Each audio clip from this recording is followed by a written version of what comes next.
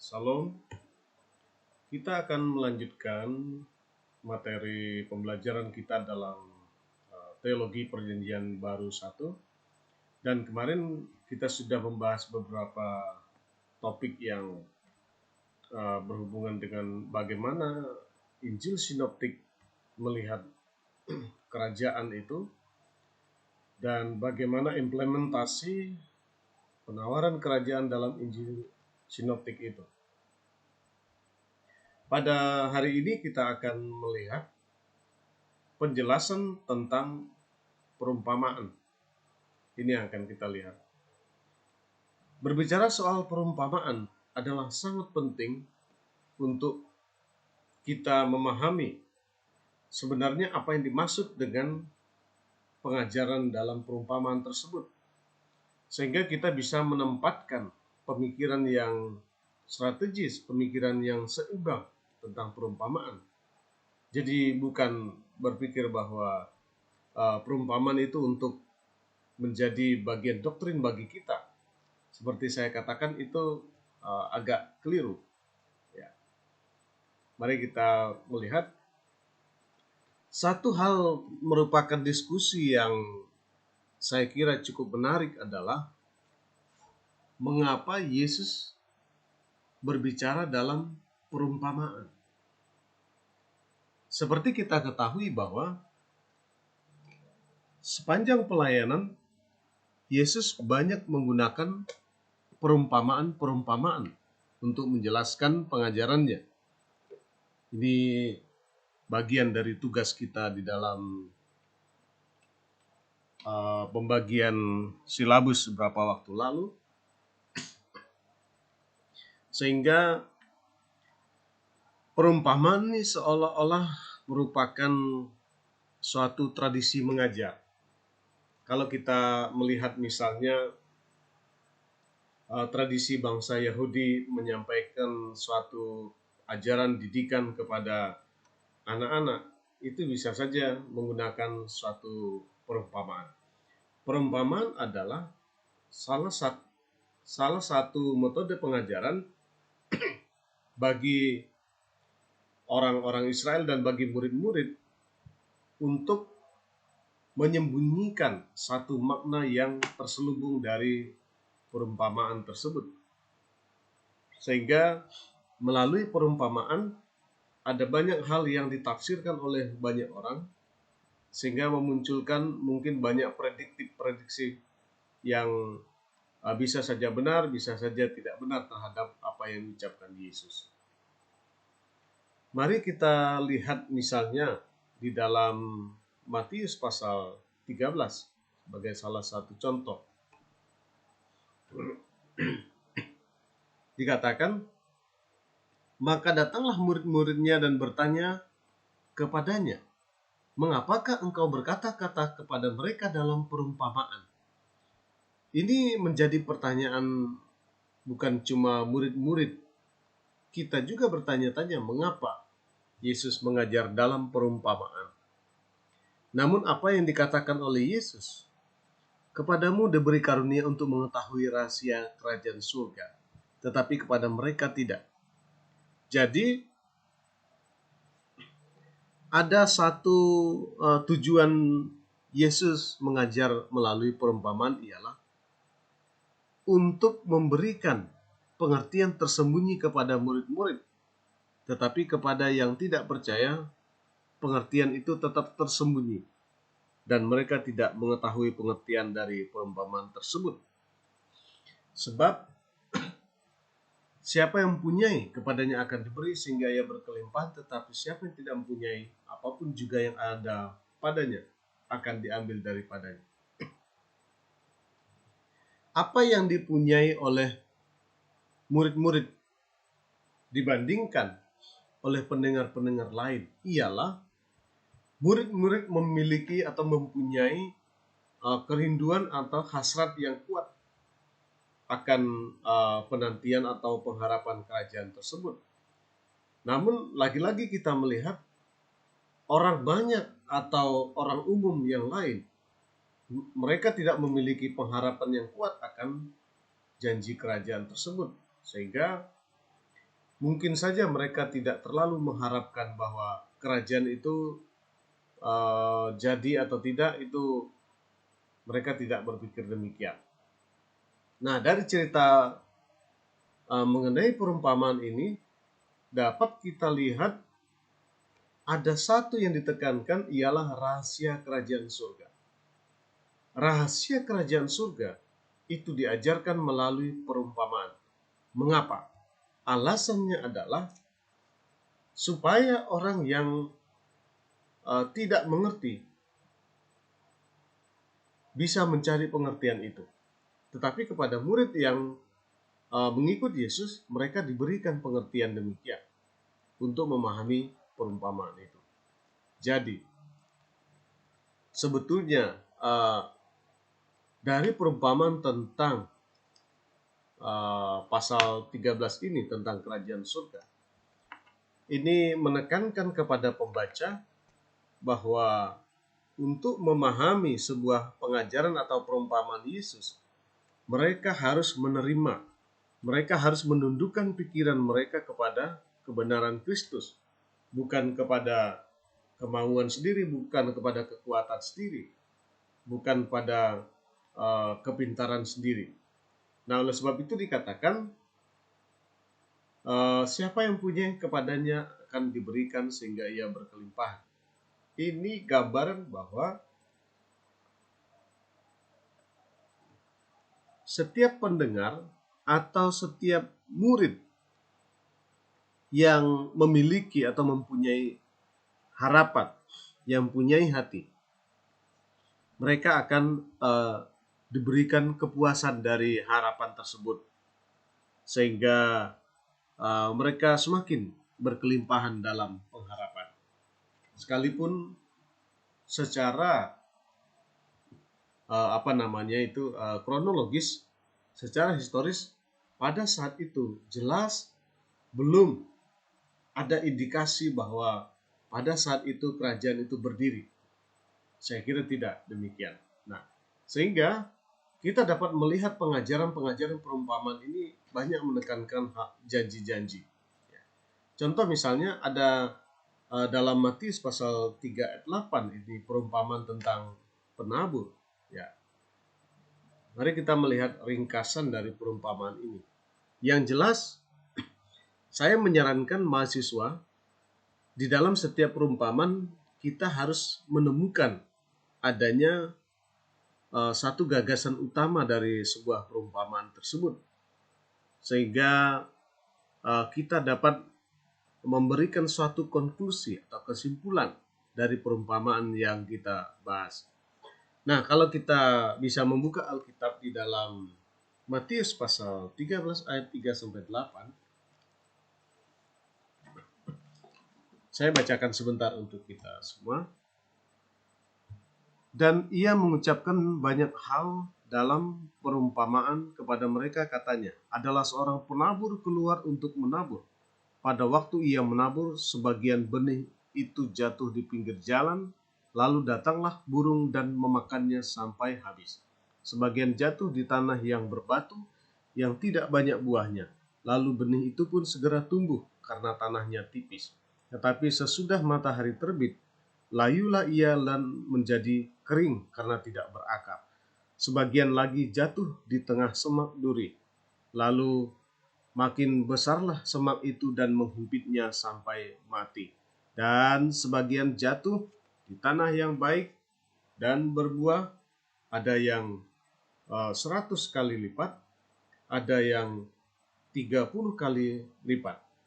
Nah, dari perumpamaan ini kita harus memberikan satu kesimpulan atau suatu yang saya katakan big idea atau gagasan utama dari perumpamaan ini. Jelas dalam hal ini kita memberikan satu definisi, ya. Kerajaan adalah penawaran janji dan penerimaan janji. Dari bagian benih yang ditabur, ini indikasi atau sebagai simbol bahwa Yesus menawarkan kerajaan kepada semua orang pada saat itu melalui pelayanan selama di bumi. Yesus menawarkan kerajaan itu kepada semua orang. Nah, ada gambaran tentang benih di batu, di semak duri, di pinggir jalan, ya, di tanah yang subur.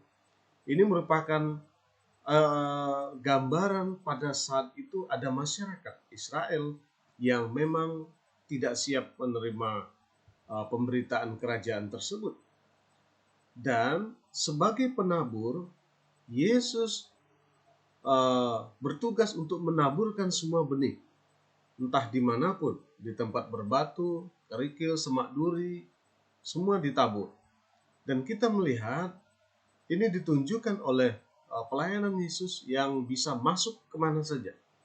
Dia bisa masuk ke banyak tempat dan memberikan pengajaran-pengajaran tentang kerajaan di sana, dan memberi harapan-harapan, dan memberi janji-janji, memberi penghiburan bagi yang susah menanti kerajaan tersebut.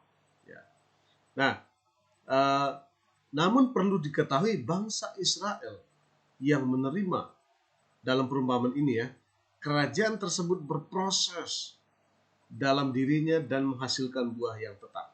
Maka dikatakan dalam ayat ke-8, ada yang menghasilkan, saya lihat lagi, ada yang menghasilkan yang buah 100 kali lipat, 60 kali lipat, 30 kali lipat. Jadi dalam kerajaan yang dimaksud, Yesus sedang memberikan satu gambaran. Kalau Israel adalah benih-benih yang subur, maka akan kelihatan buah-buah benih Israel tersebut. Bukan sebaliknya, bahwa Israel tidak menghasilkan buah sama sekali. Ini adalah suatu kemandulan rohani ketika tidak terjadi buah pada Israel. Kemudian ada penekanan dalam perumpamaan ini, kerajaan bukanlah suatu yang dipaksakan untuk diterima setiap orang. Dalam arti begini, penawaran ini diberikan kepada hati yang seperti kerikil, hati yang seperti batu, hati yang seperti semak duri. Nah, namun sekali lagi, bahwa Yesus tidak memaksakan bahwa orang-orang tersebut pada akhirnya harus berkata iya terhadap penawaran itu. Nah, oleh sebab itu, penawaran dalam kerajaan ini bisa ditolak atau bisa diterima oleh pendengar pada saat itu. Nah, jelas bahwa dalam perumpamaan ini unsur kejahatan dan kebaikan masih dapat dijumpai dalam kerajaan dimaksud. Artinya begini, salah kalau orang mengatakan bahwa kalau kerajaan Allah itu datang, niscaya semua bentuk kejahatan itu hilang. Pada faktanya, nanti dalam kerajaan 1000 tahun, orang akan melihat, ya, pada akhir masa 1000 tahun, nanti iblis akan dilepas. Manusia akan mengira bahwa kerajaan 1000 tahun itu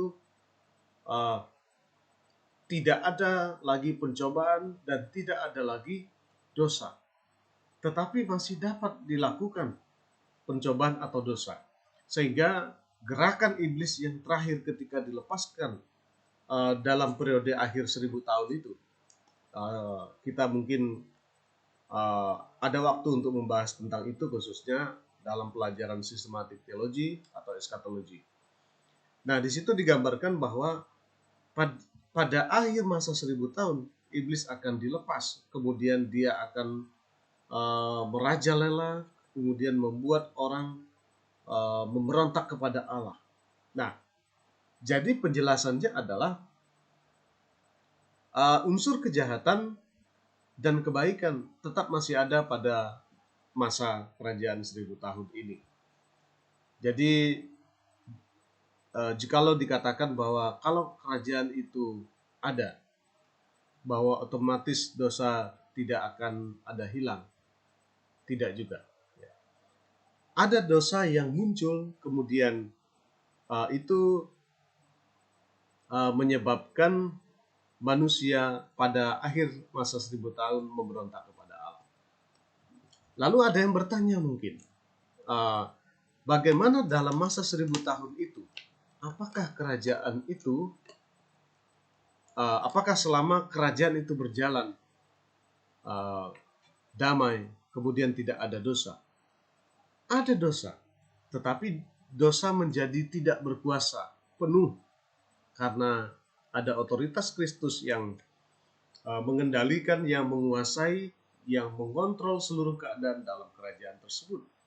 Ya, itu dalam perumpamaan Matius pasal 13. Nah, ini masih sama juga, Matius pasal 13 ayat 24 sampai 30. Ya. Ini tentang lalang di antara gandum.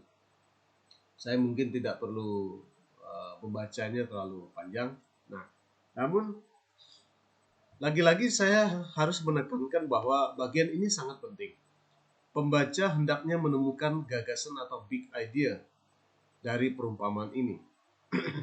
Sehingga kita dapat memberikan satu simpulan apa yang dimaksud dengan perumpamaan tersebut.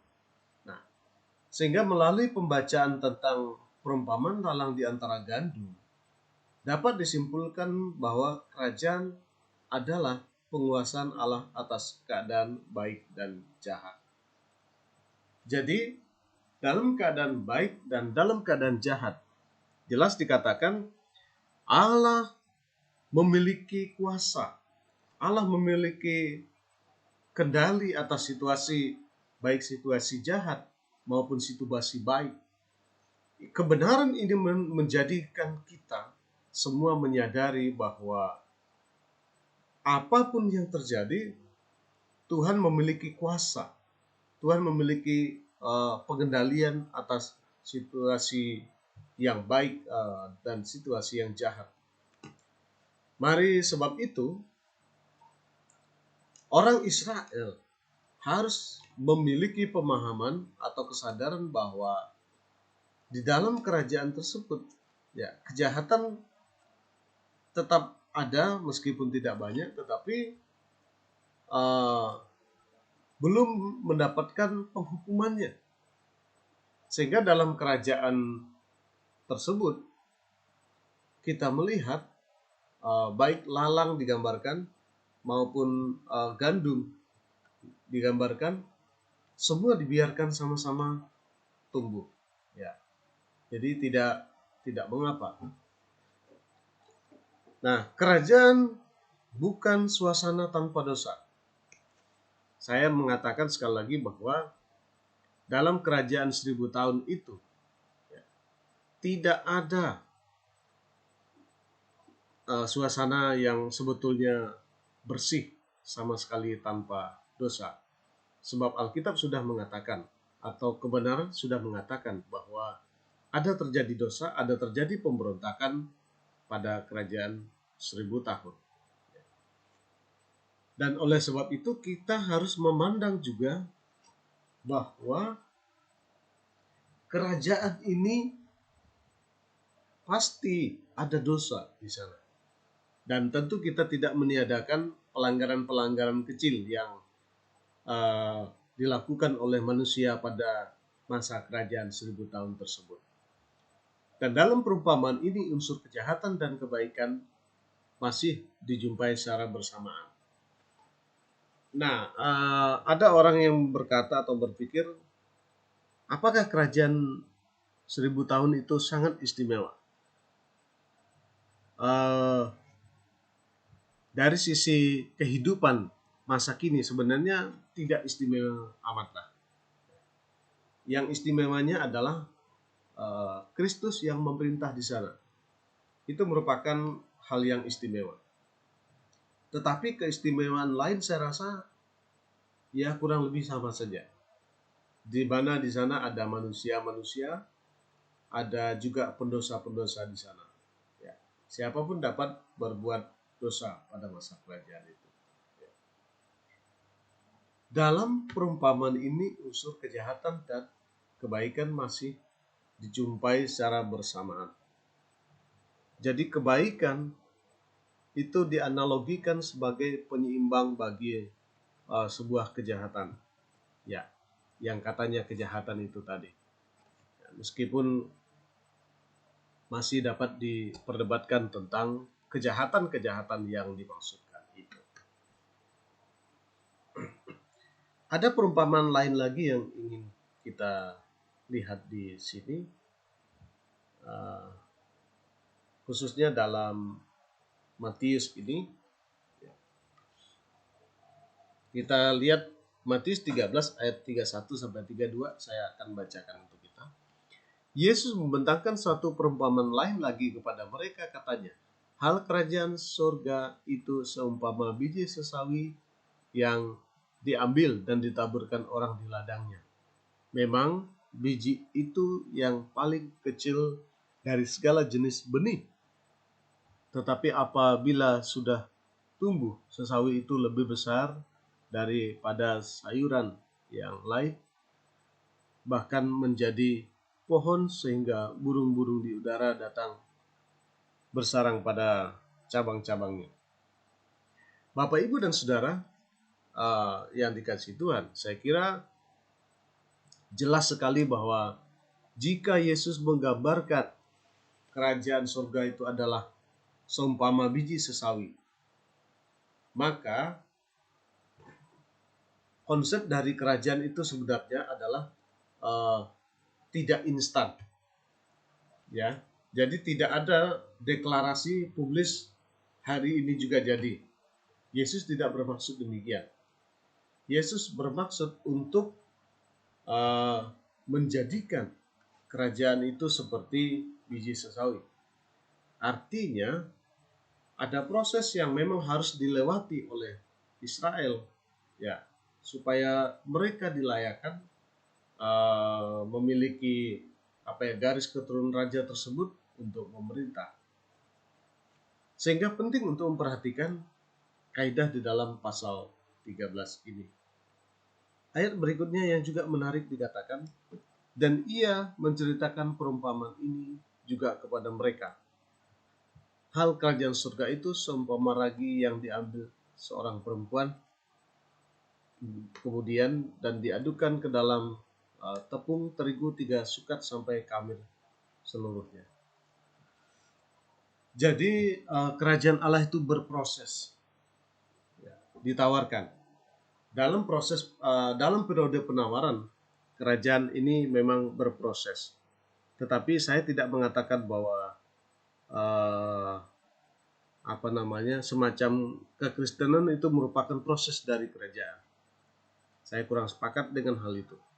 Namun dalam hal ini perumpamaan mengajarkan sesuatu yang bisa membangun pemikiran manusia, ya, baik melalui pemahaman tentang kerajaan surga, tentang Mesias, tentang Yesus sebagai raja, sebagai pendiri dari kerajaan tersebut. Ya. Oke, berikut kita melihat ada ringkasan perumpamaan dalam Lukas pasal 12 ayat 16 sampai 21. Sekali lagi saya tekankan bahwa perumpamaan ini disampaikan untuk menjelaskan kerajaan yang diajarkan Yesus. Sehingga ini menjadi dukungan atau menjadi konfirmasi bagi pembaca-pembaca bahwa melalui perumpamaan Yesus tetap mengajarkan tentang kerajaan. Nah, jika kita membaca Lukas pasal 12 ayat 16 sampai 21, mungkin saya tidak akan membaca keseluruhan dari Alkitab itu. Maka hal yang patut untuk dilaksanakan adalah menemukan big idea atau gagasan utama dari perumpamaan. Apa gagasan dari perumpamaan ini?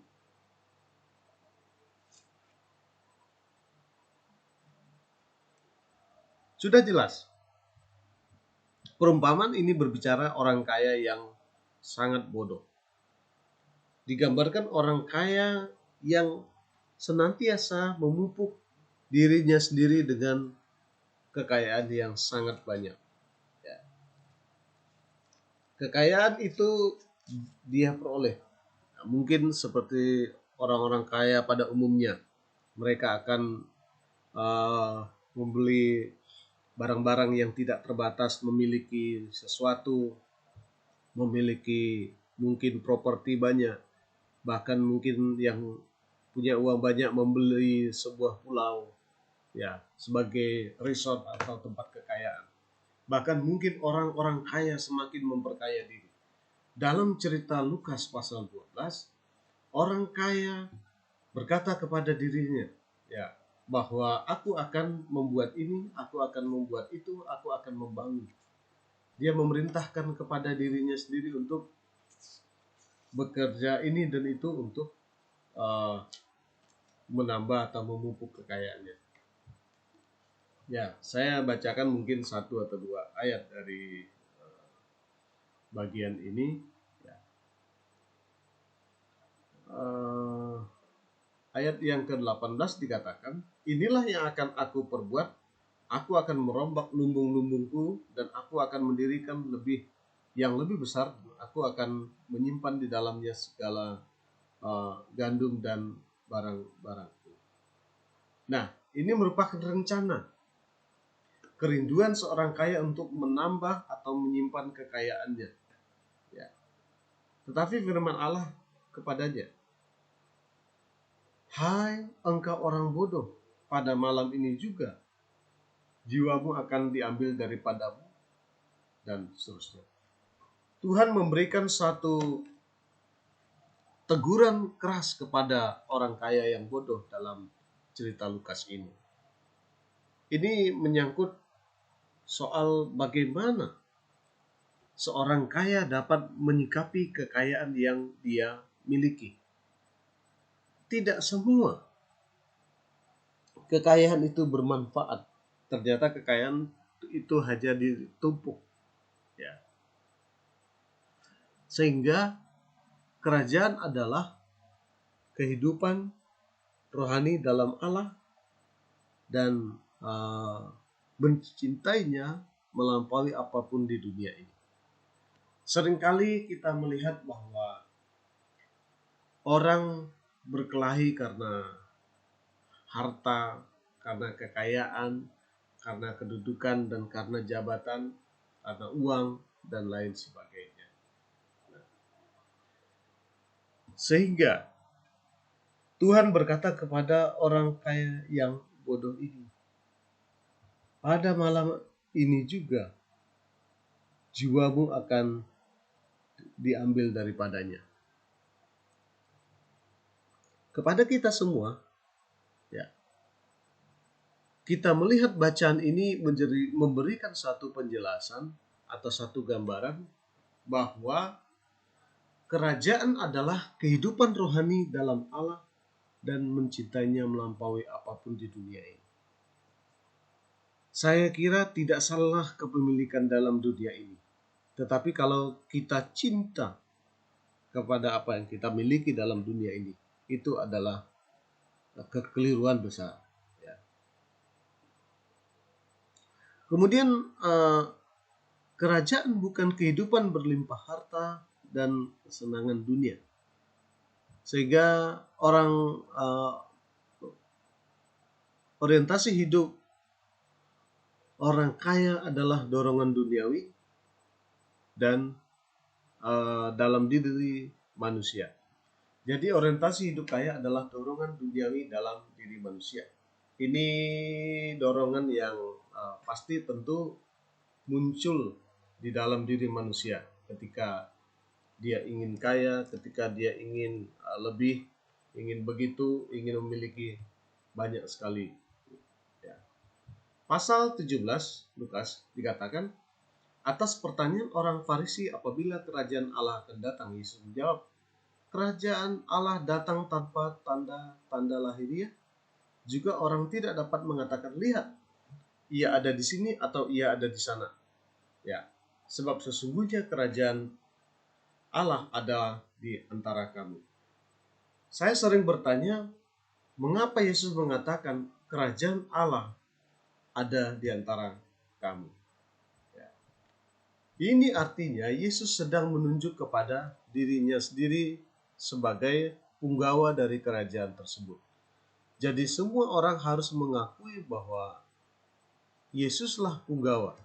Yesuslah menjadi tonggak dari kerajaan tersebut. Dalam bagian ini khususnya kerajaan Allah ada dan terakam. Ini indikasi yang kuat bahwa kamu mencari kerajaan kemana-mana, tetapi di sekitarmu ada Yesus yang berdiri. Yesus yang adalah Tuhan dan Raja kita. Oke, saya kira ini saya akan memberikan satu tugas terakhir untuk kita dalam sesi ini. Ini mari kita perhatikan. Kita akan membaca Matius 20 ayat 1 sampai 16. Ini perumpamaan tentang pekerja upahan. Ya. Jadi Anda akan memiliki semacam penugasan dengan menjawab beberapa pertanyaan di bawah ini. Satu, bagaimana perumpamaan ini berhubungan dengan pasal sebelumnya? Kemudian saudara juga harus memberikan semacam gagasan utama dari perumpamaan ini. Itu yang saya katakan bahwa setiap perumpamaan memiliki gagasan utama. Jadi melalui pembacaan atau perenungan atau melihat buku-buku referensi, kita dapat menjawab tentang pertanyaan-pertanyaan ini tersebut. Bagaimana perumpamaan ini berhubungan dengan pasal sebelumnya itu juga bisa kita lihat. Kemudian apa big idea dari perumpamaan itu, artinya gagasan besar atau gagasan utama yang dimiliki. Kemudian bagian terakhir, apa yang perumpamaan ini ajarkan kepada kita tentang kerajaan. Jadi intisari ajarannya apa? Ya. Oke, saya kira sampai di sini dulu dan Tuhan Yesus memberkati. Salam.